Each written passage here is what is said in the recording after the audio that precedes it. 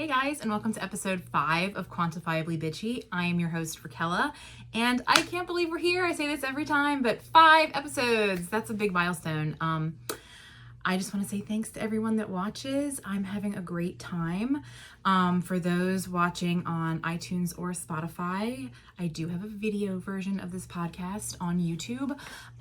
It has some special extras on it, a lot more visuals. And yeah, my beautiful face. So if you're interested in checking that out, all of the links to where you can watch this are in my link tree, which is in my bio.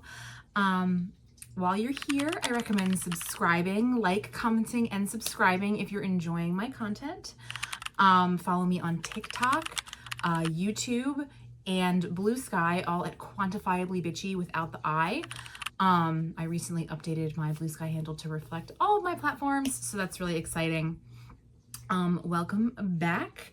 Today we are going to analyze the episode Coquilles, season 1, episode 5. I looked up how to pronounce it this time because I was not about to sound like a dumbass on this podcast. I mean, I'm sure I will sound like a dumbass, but not right in this second. So yeah, we're gonna hop right in and do that.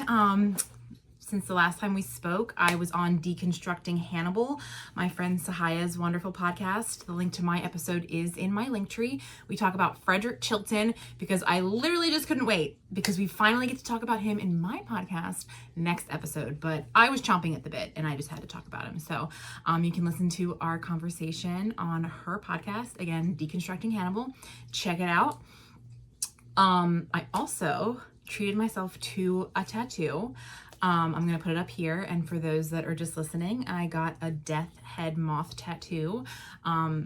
Partially because I've always wanted one. I have a collection of like animals and skulls tattooed all over my body. So it was just one more kind of fitting addition to this theme that I'm going on. But I also wanted to get it for Hannibal. I've been a fan of Hannibal my entire life. And falling into this fandom has kind of gotten me, definitely got me back into creating again.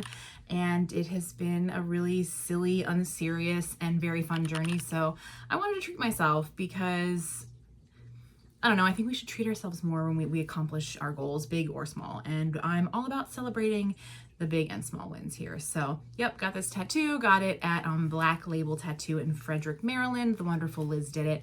Definitely recommend her. Yeah, so let's jump in and get started. I think we went over all of my housekeeping items. Make sure you subscribe. I want to keep building this following. The more followers I have, the more things I can do. You know, I want to start having guests on, whether they be other fannibals or, you know, famous people. So just, I appreciate you supporting me. Definitely hit that subscribe button just so we can keep growing and I can keep doing more things. Yeah, so let's jump into season 1, episode 5, Coquilles. I need to get my headphones in, but I did get it queued up. Got my little cherry Coke because I am not a Diet Coke girl. Like, I'm so sorry. I hate diet soda. But I love cherry Coke, so I treat myself to a little sody every once in a while. But I also have my giant water because I am also a water girly. Opening shot. What are we dealing with? It is Will, his feet, his dogs, if you will. He is sleepwalking down this stretch of highway in the dark in his underwear, and the stag is following him. Classic way to enter an episode, not knowing if we're in reality, a dream, or somewhere in between. The stag nudging him. I am of the firm belief that the stag represents Abigail, especially in these moments, nudging him, following him like a shadow, just being behind him and just hanging over him, and he still doesn't know what it means. The cops approach. I think this is where we start to realize it is not a dream. He is sleepwalking in them little underwears. So it's like we exist in the in between waking and sleeping, in between dream and reality. Don't have your footing. Okay, those boxers are so short. 10 out of 10, respectfully. Winston. I love Winston. That's definitely like his soul dog. Like, that is the Will Graham of dogs. Will Graham being a whiskey man, it clocks. Not quite bourbon. He's not even sure if he's awake now. Same. I never know what's going on because of you, Will Graham, and your fucking encephalitis head. Love the shot of Baltimore. Again, that's the Inner Harbor. I love that he sleepwalks and like the first thing he does is like roll up to Hannibal's house the next day. I think about Hannibal's coffee maker literally all the time. I looked it up. It's like very expensive. And my husband was like, where the hell are we going to put this thing? But it just looks so delicious. I'm a coffee snob, period. I would let Hannibal kill me. The food would trick me too. It would be very much like Jack Crawford. Hannibal's so toxic. I say this every episode, but he's like, oh, I wouldn't say you were forced back into the FBI. I would say you're manipulated. I think it's very interesting and like very smart, and like I feel like really intelligent, manipulative people use this tactic to manipulate others by, instead of like the doubt and like the accusation of manipulation being cast on Hannibal, he casts it on Jack first. So he's planting that seed for Will to be distrustful of Jack before Jack can be like, I don't think I trust Hannibal. Because then, you know, Will is going to question if he believes Jack or not. So it's a genius strategy. It's incredibly toxic. It's absolutely what's being applied here. This is interesting too because we see Hannibal in his little robe. He's still wearing like a dress shirt underneath because he's a fucking fancy boy. But we do see him kind of casual, and it's almost like Playboy Hugh Hefner vibes, but like actually fancy and rich. And of course he's very interested in the sleepwalking business. And Hannibal's like, I want to talk about your anger, babes. You entered into a devil's bargain with Jack. Jack isn't the devil. This familiar language that we use, the devil versus the angel, Jack being attributed to one. I know bryanfuller has said him and Hannibal, Jack and Hannibal kind of go back and forth between being the angel and the devil on Will's shoulders. I don't think that Jack is like typically the devil, and even Will is like, he's not the devil. But he is not a saint. Hannibal's like, he's certainly no saint. That is accurate. He has his motives, as does everybody in the show. Then we cut to scooping ice, this like random guy, which we assume is going to be like related to whatever procedural-esque murder they are solving this episode, just like your standard white guy. But we see him kind of get triggered, and like he's watching this couple and their like heads are on fire.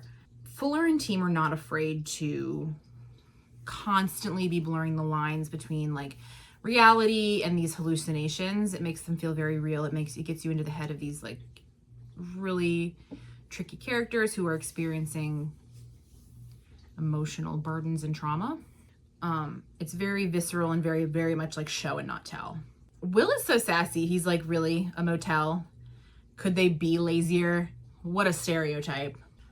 Okay, so they think that this is the Chesapeake, where Jack thought that this was the Chesapeake Ripper.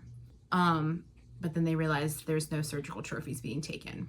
Will Graham wearing his glasses again. He's taking them off to go analyze the scene. He always takes the glasses off to analyze the scene because he needs to see it clearly and not through the shield that he uses with his frames. And then we get introduced to our blood eagles. Okay, there are various representations of blood eagles in media. I am the most familiar with 3, including this Hannibal scene. In the show Vikings, they do it, and then in Midsummer they do it as well. Every time there's a blood eagle in something, I know it's going to be absolutely fucking scary, because the concept of the blood eagle is that they remove, you know, the skin off of your back. I think they like break your bones in a certain way, and they like take your lungs out of your body and flip them over onto your back. So you're still alive when this is happening, mostly, for the most part.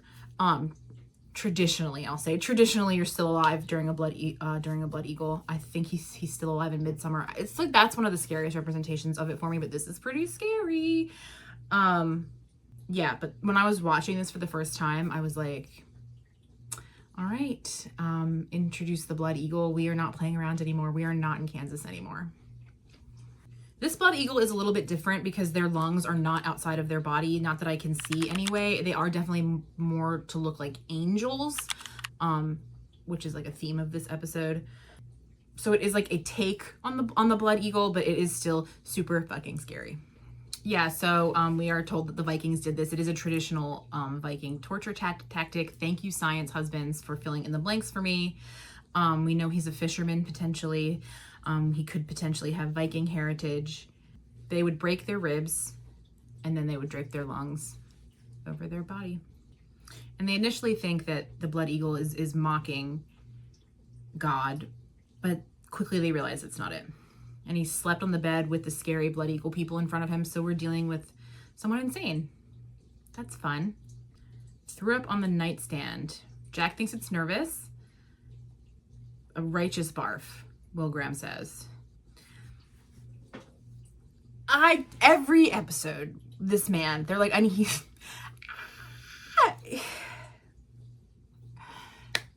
I need a plastic sheet for the bed. I think it's crazy that he has to step into the scene literally and lay there and like become them in order to see it. It reminds me of that episode of Friends. This is a stupid reference, so buckle up. When they all go to London and Joey has to step in the map in order to be able to understand the directions. That is the same thing. So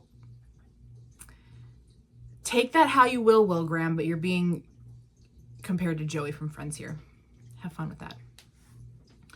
So they get this man his plastic sheets and they lay him down in the bed and he can, visualize the blood eagle. Just a normal day at work.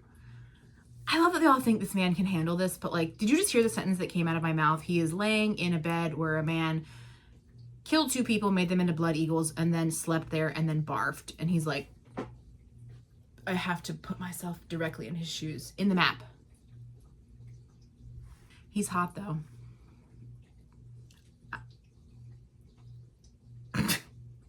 Something's wrong with me. This is not who you are. This is my gift to you.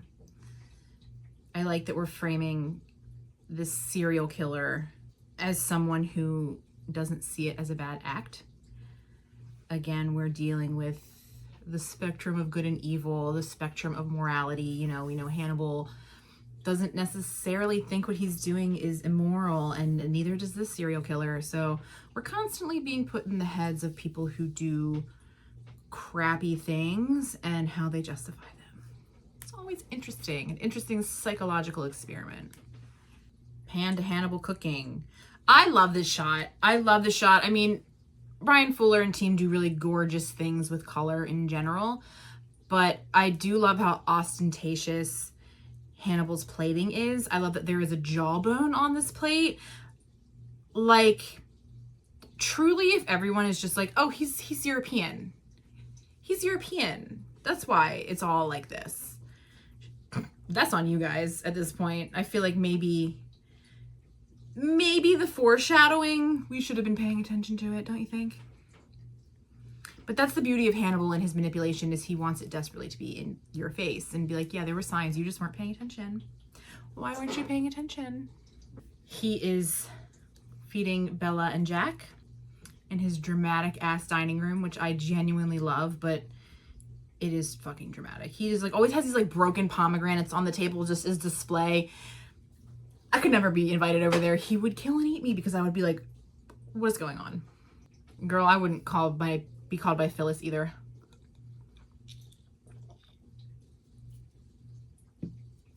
I love the relationship between Jack and his wife. It's really complicated, but it gives him a very needed and necessary softness. Really beautiful, well-rounding of the character. I love that it was his real life at the time. I love that Bella is like, can I please skip this meal? It kind of freaks me out.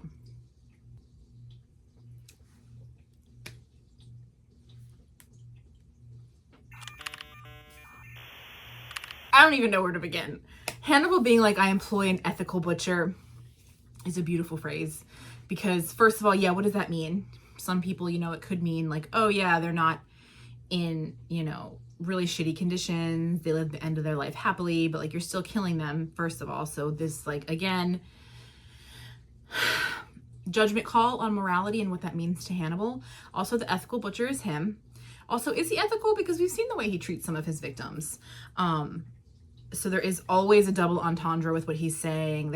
Is always a breadcrumb of to his, you know, his gingerbread house of cannibalism. It's always in your face, but there is kind of a sense of humor to it because it's like an ethical butcher. Bitch, you are just repurposing the word for murderer. That is amazing. 10 out of 10 creative gymnastics, mental gymnastics. No need for unnecessary suffering. Hannibal enjoys the suffering a little bit. Cruelty is a gift humanity has given itself, and Hannibal, you have enjoyed it tenfold. So maybe let's talk about that. The gift that keeps on giving. Bunch of fucking psychos. He smells Bella. Sure, of course. Guesses her perfume. I can't decide if that would charm me or freak me out. With a face like Mads Mikkelsen's probably charm me, but I would probably jump to my death for this man, so. He's like, oh, I smelled stomach cancer on someone once. Just casual dinner talk. Fucking freaks, I love them.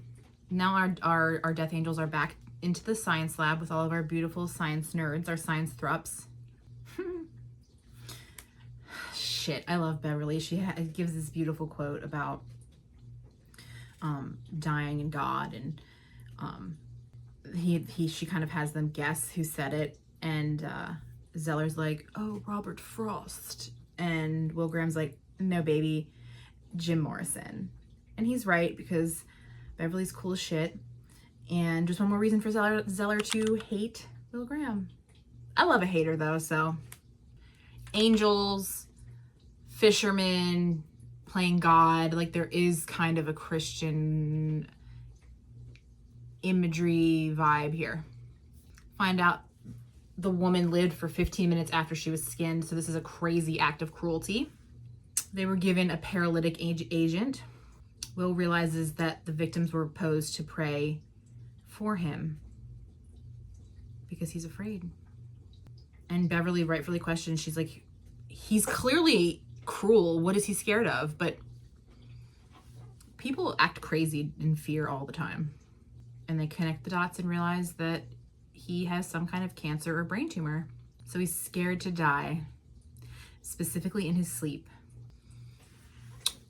This is an interesting episode because we get this concept of death and morality, and as always, but like death comes for us all.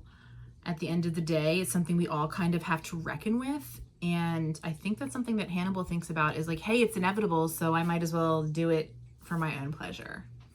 So we're getting these questions of the morality of dying and killing other people and the fear of death itself, which is a tale and theme as old as time and can be explored in a lot of different ways. And I do think stag is a representation of death as well, and that's why it's always looming. It's why we don't fully understand what it's doing there. And it's just like this mysterious beast. All right, Bella Crawford visiting Hannibal for an appointment because these are all the most, like, okay. I feel like in Baltimore, we have a lot of mental health professionals, but for some reason, this circle of people thinks that they can only go to Hannibal or Bedelia or Dr. Bloom. Those are the only options in Baltimore in the Hannibal universe. If you need mental help, good luck. Those are your three. Choose your character. Keeping secrets from Jack, interesting.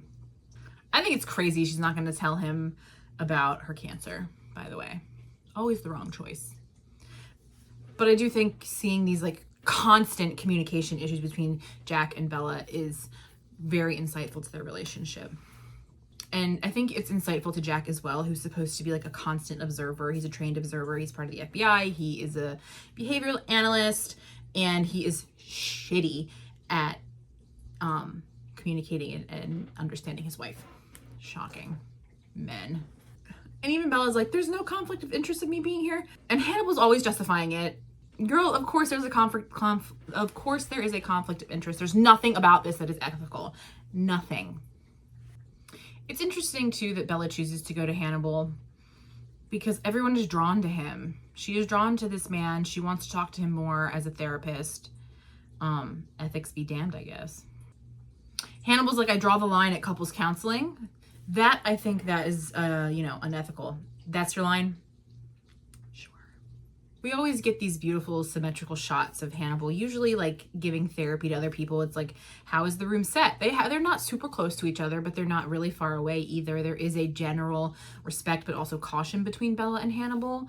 It is a new relationship, so they aren't as far away as, say, Will has been in previous shots, but they aren't super close either. There's this very like middle ground. And then cut to him and Will doing their usual like research study buddy thing where they like throw books to each other off the balcony. So very rom-com. I love it. It's very like Encyclopedia Brown. It's very much like Hardy Boys, like these two bros solving mysteries together. You can't beat God, become him. A filthy fucking read, because it definitely applies to Hannibal too. I mean, I'm sure there's a general fear of death there. Hannibal pretends there's not, but we've seen him in vulnerable moments later on in the series. I think this is a case that like is very similar to how Hannibal can sometimes be, and you're definitely supposed to connect those dots. And now Hannibal is going on again, definitely trying to cast doubt on Jack and make Will kind of question Jack's motives and if he's actually his friend. He's like, oh yeah, Jack abandoned you the way gods abandon their creatures. Beautiful line. I do think there is part of Jack that just throws Will to the wolves, throws him out in this world, wants him to do his thing and solve these crimes, and just doesn't really care about the consequences of what's happening to him because it's always for the greater good. And Hannibal takes advantage of that here and manipulates it into something definitely darker. Like, I don't think Jack's doing it to be a shitty person. I think he's just very used to putting the job and like other people before his own. Hence why he has so much anxiety about Miriam Lass. And Hannibal is using that to poison the well. Jack said he would protect his headspace, but he didn't do that. And Will, I forgot about this. Will's like, are you trying to alienate me from Jack Crawford? The beautiful thing about Hannibal and Will's relationship is they really have a hard time getting over on each other. And I love that because not a lot of people can resist being tricked by Hannibal. So I love these moments where we're realizing that Will is a really formidable partner for Hannibal and that he's not just going to be able to manipulate him in the regular ways that he might other people. But Will doesn't shy away. Will doesn't leave. He still wants to be around Hannibal, even though he kind of understands he might be being manipulated or trying to be manipulated. Is he careful, or is this killer careful, or is he self-destructive, or is he like really deliberate with both? Is something that they are constantly talking about. And again, you can always like relate these things back to Hannibal and the way that he kills people, and Will too. Like, I think Hannibal is very deliberately self-destructive for the most part. Sometimes he slips up and we see him be impulsive, like later on when he's in Italy. I won't spoil it, but there is a moment of impulsivity that's very famous to the show. And Hannibal acknowledges in that moment that it was impulsive, where like for the most part he kind of has this impulsivity, but it's like very controlled. It exists within its own kind of like Faraday cage, And then we pan to Jack and Bella in their bed. The colors are light. There's like a blue tone to them. Again, what do we say about blue? Blue is a very safe color in this world. I find it to be very calming, safe. These moments are supposed to be more peaceful. And we're just kind of continuing to see these conversational roadblocks and battles between Jack and his wife. I think it shows how distracted Jack is from Will. And again, he's not abandoning him because it's malicious. It's just because he is currently caught up with something emotional with his wife. It's because he is human. It's because he is vulnerable. It's because he's a shitty communicator with everybody in his world. Dang, that's harsh. She's like, you don't have to worry about me. It's outside your jurisdiction. Damn, girl. Very pointed. And Jack tries to be there for her in the best way that he knows how, but I think she's resistant to it because maybe he wasn't there in the past. I would not stand for this in my own relationship. There's no, I'm going to leave you alone and not ask you any questions. Bitch, we are a partnership. So if something's going on, I'm going to bully you till you tell me. Secrets? Are you crazy? And then Jack's like, I don't want to insult you by asking if it's someone else, which is such a fucking toxic backhanded way of being like, maybe you're cheating on me. I'm not going to say it, but I'm going to kind of say it. To be fair, she's being fucking sketchy.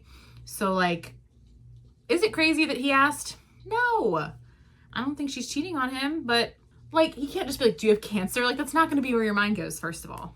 And he says, I love you, Bella. Kisses her. And she says it back. All right. And then we see our boy, our murderer, walking down an alley. There's like a bum in the alley. He sees a security guard, head on fire. I do love that we find out who the murderers are in the beginning or like the middle of the episode.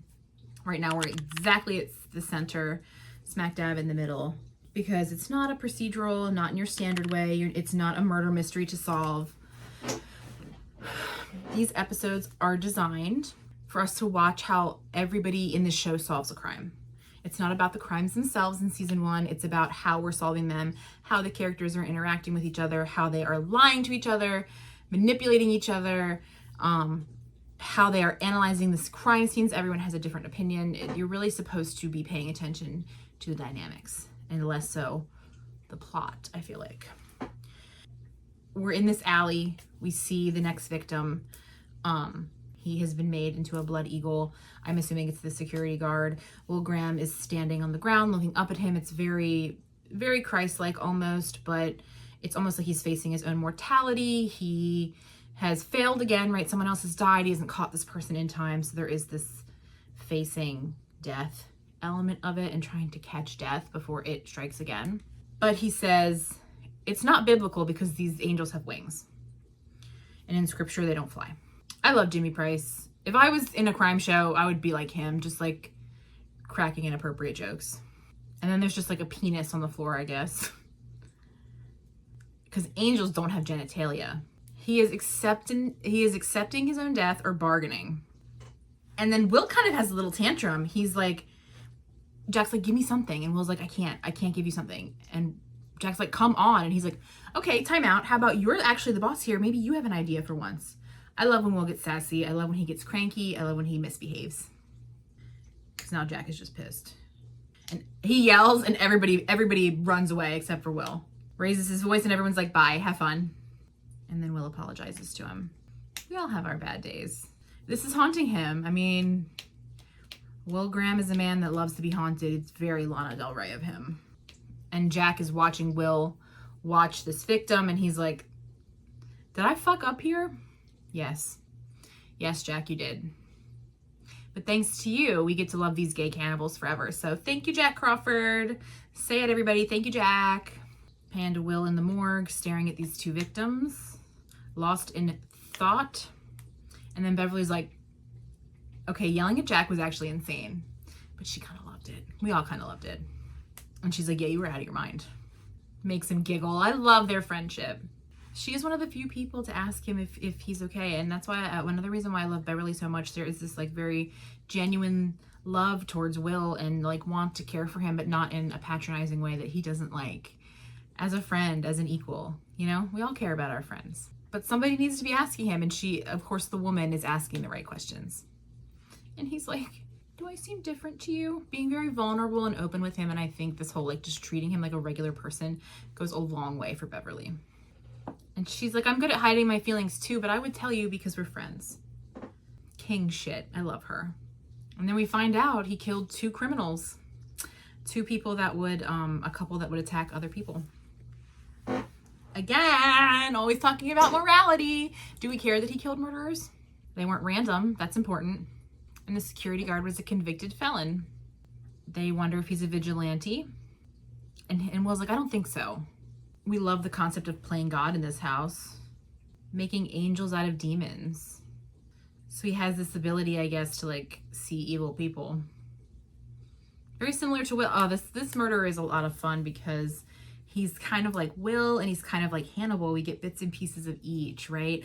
Like he's hallucinating these flaming heads of evil people. Like Will is constantly dealing with hallucinations and being able to step into the minds of others. And then we have Hannibal, who really likes playing God and kind of exploring the idea of God, and like the angel maker does that too. So we see a lot of themes from how these two men act combined into this episode's serial killer.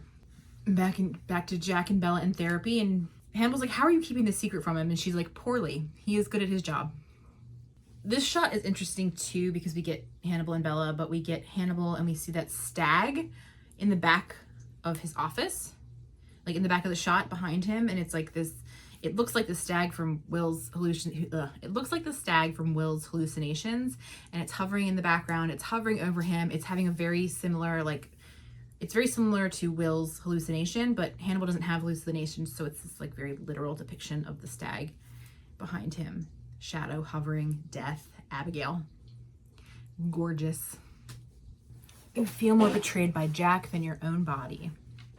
And she's like, no point in being mad at cancer. Why not? Be mad at what you want, babes. Bella's like, cancer's not mean. It's gonna kill me. I know it for a fact. It's not leading me on.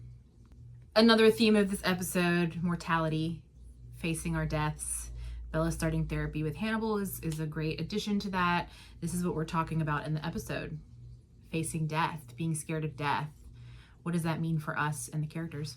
That's definitely what the entire point of this conversation with Jack is about. I mean, between Hannibal and Bella is about. And then we are back in Wolf Trap. And Will Graham is waking up from a sweaty ass sleep, 11:35 p.m. Not that late in my opinion, for me. But I guess for somebody who like works in the FBI, oh nope, now it's 2 a.m. and now it's 5 a.m. All right, he's getting a shitty sleep. Fucking sweaty. Take your shirt off. Who said that? I'm sorry, I'm kidding. We see him sleeping, we see him waking, we see kind of the, is it REM where your eyes, yeah, rapid eye movement, duh, REM. We see the REM movement. Looks like we're entering a dream, are we? No, Will is on the roof of his house. If the shot is really set up that you're like, oh, he's falling asleep. Oh, we're in a dream now. No, he's standing in his underwear on the roof of his house while his dogs freak the fuck out. In those little boxers. Cut to him taking aspirin in Hannibal's office. That boy, Will Graham hates to see an aspirin coming, or I guess an aspirin hates to see Will Graham coming. I love that Will's like, I want to zip myself into a sleeping bag so I don't sleepwalk. He's like, straight jacket me, please. This is a good Hannibal suit. I love a plaid number. Those are always my favorite suits. Yeah, so they determine that this guy thinks that he can tell if you're a good or bad person. God has given this person insight into the souls of men. Exactly, Hannibal. Thank you. And then Will is looking at the stag that constantly haunts his dreams. Will is kind of struggling to find this man's patterns. He's hitting a roadblock, which is not good for Will. And then one of my favorite scenes, when Hannibal smells Will. Hannibal is not subtle when he smells people, and I think that's incredibly funny, especially because Will is always paying attention, and he calls him out. Did you just smell me? Yeah, he fucking did. And I love that he calls him out for so many reasons. It's hilarious. Will is always paying attention. You can't pull the wool over his eyes with Hannibal for the most part. It shows that Hannibal can't resist. He doesn't exactly like hide the fact that he's smelling him. He does a very poor job at it. And he's like, he has to smell him in this moment. And that is foul, but in like a hot way. And he's like, yeah, you have a shitty aftershave. Nice save, because he probably does. I keep getting them for Christmas. I love that line. I keep getting them for Christmas because I love lines like this, these little like kind of throwaway, almost comedic lines that give insight to the character. Like you're like, okay, Will doesn't buy these things for himself. He keeps getting these shitty aftershaves for Christmas and he's not wasteful. So he's just using them to use them because he doesn't care about that either. They're available, he's gonna use them. And then Hannibal's like, oh, are you getting headaches more often? Because he can smell his brain. And then they find the suspect who they think is the murder victim. He's been missing and his family hasn't seen him in a while. You know what's interesting? The visitor badge comes up again. I've been watching the X-Files for the first time. Don't yell at me. There's a lot of media out there. I'm slowly trying to consume it all. But the visitor badges are the same. They're the same in Hannibal. They're the same in the X-Files. I don't know if that's just like what the FBI badges look like or if there is like a direct kind of shout out there, but I did notice that. I was like, hold up. I recognize those from Hannibal when I was watching the X-Files, because you know me, I love the visitors badges. They are just giant scarlet letters. And when I saw it in the X-Files, I was like, hold on. You find out his wife left him because of his cancer, which is insane, by the way. She's like, it makes me sound like a bad wife. It sure fucking does, girl. And you find out he wanted to be alone. And then Jack is connecting the dots. Shit. I forgot that there's like a cancer tie in here, and like, this is how Jack realizes that Bella has cancer, because he is good at his job and he is able to connect those dots. This serial killer has a little bit of everybody in them, a little bit of all the characters, and something specific that they take away. And I think Lawrence Fishburne plays this scene really beautiful with his face. You literally see the dots being connected, and you see this genius man finally drawing the right conclusions. And Will is noticing Jack having this kind of epiphany moment too. So Will takes over the conversation in this slutty little sweater with them, the slutty little glasses. Big fan of this Will Graham fit. And we're kind of we're hearing this woman's story and having Jack have a mental breakdown on screen. Beautiful choice. It's like he's almost this woman is like narrating Jack's own story, and he's listening to it and kind of having this visceral, upset reaction that this is how he realizes his wife has cancer. What a beautifully written kind of reveal. And then we find out this man was never religious. Did this man really cut his own wiener off? That's crazy. Jack, we see Jack collect himself and kind of put his armor back on and be like, we just gotta find this guy. We gotta save this guy. But you see him pulling his strength together and being like, all right, we gotta solve this crime, and then I will deal with this tragic thing I'm dealing with later. We find out he almost suffocated in a fire as a kid, and the fireman was like, oh, you had a guardian angel. And we're like, oh, dots, there it is. And then they drive to this farm where this guy almost died before and like thought his angel was there or whatever. We have like hints of yellow leaves in the grass. They've fallen off the tree, different than what we've seen in past episodes, but similar colors and imagery. Will takes off his glasses to view the guy who has made himself into a blood eagle. This is traumatizing for Will because he failed, right? He didn't save this guy. He didn't find him in time. He was able to carry out his whole plan effectively, and the FBI didn't save anyone. Making yourself into a blood angel, crazy. But it was his choice to die, which is something Bella kind of discusses later on. Should we choose how we die? Should we choose when we die? Is that something we can do? It really fucks with Will because now he's like, okay, maybe I'm not doing well because I was not able to solve this. So maybe I need to step back and stop. And Jack is like, you can leave any time, but not this time.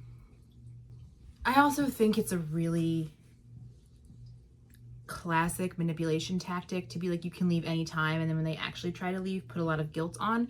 And Jack does do that to Will, and it works. And he's like, I can't do this by myself. And, Jack's like, you're not. And he's like, but I am. You're clearly distracted. Our sweet baby Will. He's so sensitive. And then we get the line, Will's like, this is bad for me. Which I think is interesting. I always think that Will's an empath. And I don't think he's like inherently evil. But I think the empathy kind of washes over him and consumes him. And he kind of likes the way that it feels. And then Jack hits him with the line, I'm not your father, which is so interesting because I think up until this point, we have gotten nothing but toxic father energy from Jack. So seeing that dialogue just kind of be very blunt and head on with these themes that we've kind of been following this whole time is interesting because it's like, yeah, you're right. You're not technically his father, but you've been kind of acting like a father figure this entire time. He's like, I'm not going to tell you what to do. But he does. He tells him. And he guilts him, which is another toxic ass trait. This poor boy, my poor Will Graham, is always being manipulated and guilted. He's like, if you stop, more people are going to die. And whose fault is that going to be? Crazy, not Will's. Hello. And then we get the nice little, maybe I'll go work on boats, which is a reference to the Hannibal books. He's like, go ahead, quit. I dare you. Toxic. That's the thing. He's like, I'm not your father, and then proceeds to act like the most toxic father figure ever. Hughdancy is so good at playing raw and open and vulnerable. And we see Will turn around and the dead guy's like coming at him in a hallucination. Like, it's clearly not good for him, but also secret encephalitis. And he's on his knees. The blood eagle guy, the serial killer, is on his knees looking up at Will, which is interesting for a man that was like trying to play God and to be looking up at Will Graham here. I see what you are. He sees him as evil. He sees him with the flaming skull.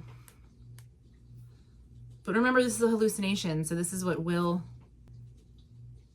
This is such a great scene. So he's like, I see what you are. I see the darkness in you. And it is a very interesting look at like the darkness of Will Graham, which is explored throughout 3 seasons.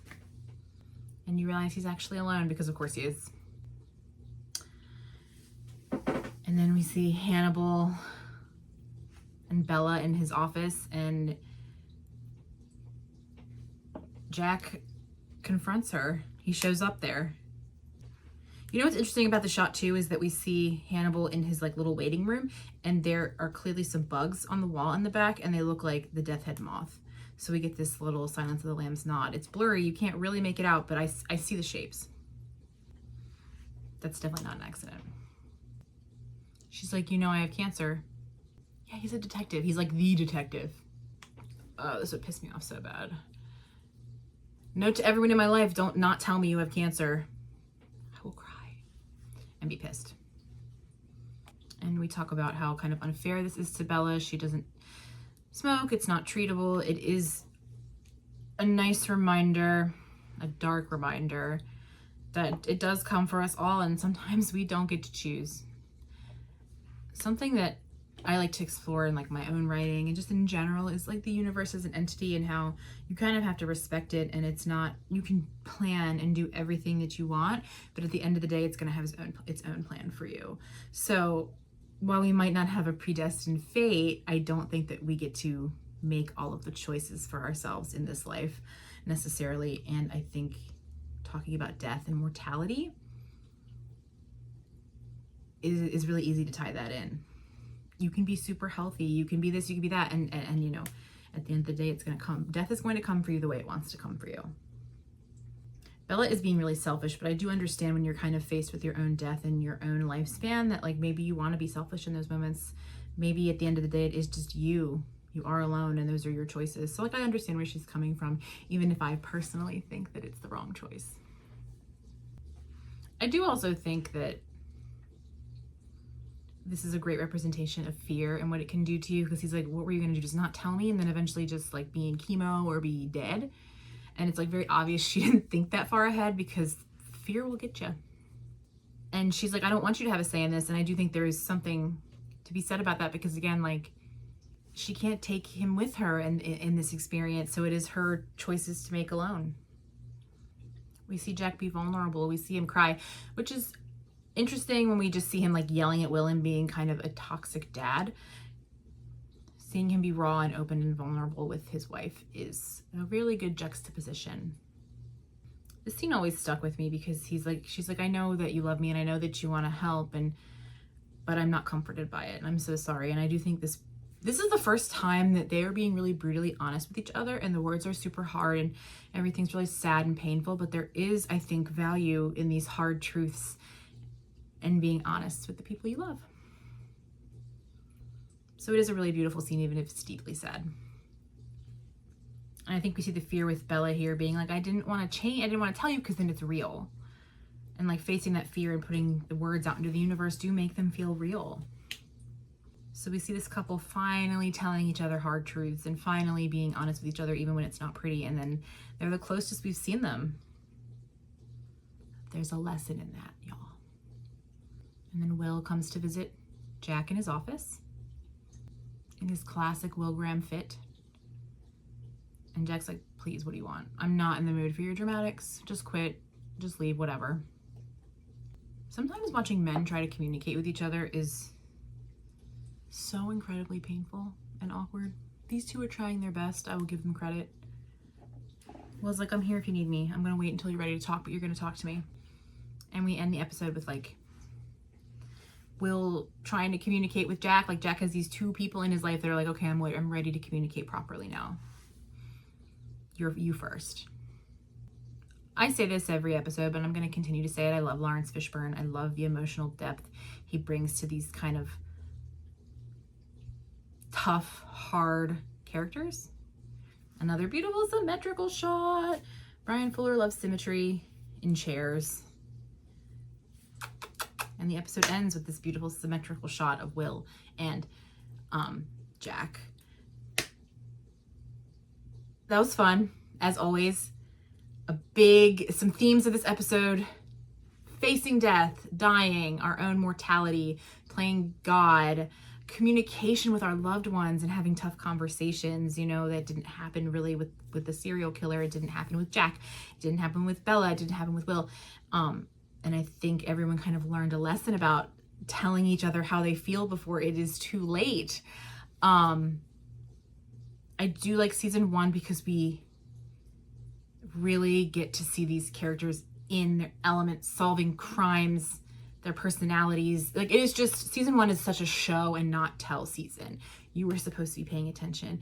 You were supposed to be seeing the things, paying attention to the things that they're saying, that they're doing, how they interact with each other, their dreams, their nightmares, all of it. So good. I love this episode. Next episode, we get to talk about my baby Chilton. Hey! I'm so excited. It'll be 6 months into the podcast next episode, which is crazy. If you are still here and you had a great time, like, comment, and subscribe. Again, I really want to start building this platform and just doing more cool things for you guys. This is just a personal passion project of mine. I'm having so much fun doing it. So happy to be here. Follow me on TikTok, Blue Sky, and YouTube. I am Quantifiably Bitchy without the I. My link tree is in my bio. It has everything you need. My name is Raquella.